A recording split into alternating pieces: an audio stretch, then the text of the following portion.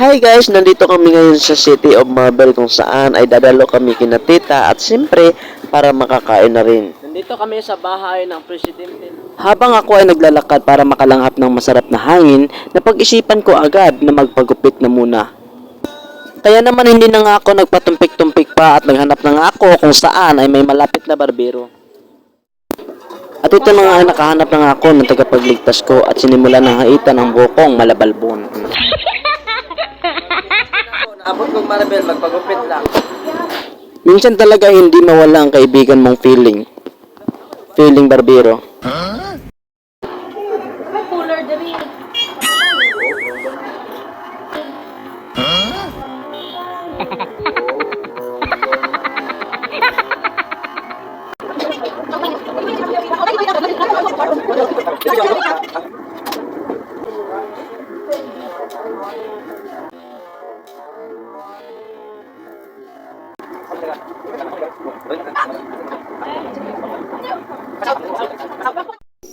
Hito na ako at natapos na akong magpagupit.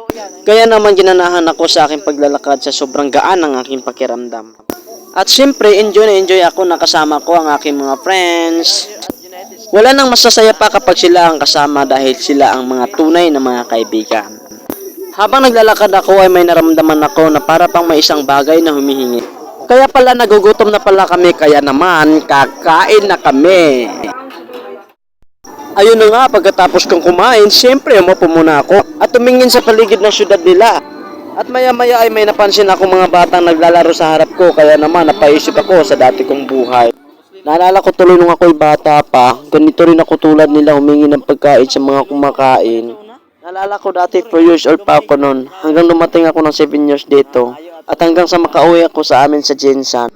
Sa tama na ang drama at ikutin na natin ang City of Marble.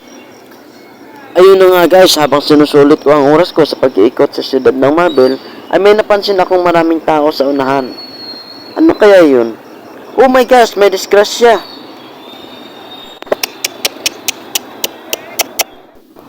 Yan na nga pa ang sinasabi ko eh, kuya magdahan-dahan ka lang po. Oh no. Kaunting paalala lang po sa mga driver natin dyan. Baka naman, pwedeng tanggalin niyo po ang pagiging kamuti driver natin dyan. No, no, no, no, no, no, no. Oh, kita nyo si kuya? Enforcer na, konduktor pa. O ano, sakay na kayo. Anyway, patuloy tayo sa pag-explore ng syudad nila. Ano ba yan? Oy, nalilingaw na ako noon. At syempre, para makarating tayo sa market nila, ay kailangan pa namin makadaan sa Bulok Bridge. Kaya po, welcome to the Bulok Bridge. Patay na, bulok na dahil kuha ni ron. O ayan mga ka-adventure, welcome po sa marketplace ng Marble. Sana ay maka-explore pa ako sa ibang lugar tulad nito.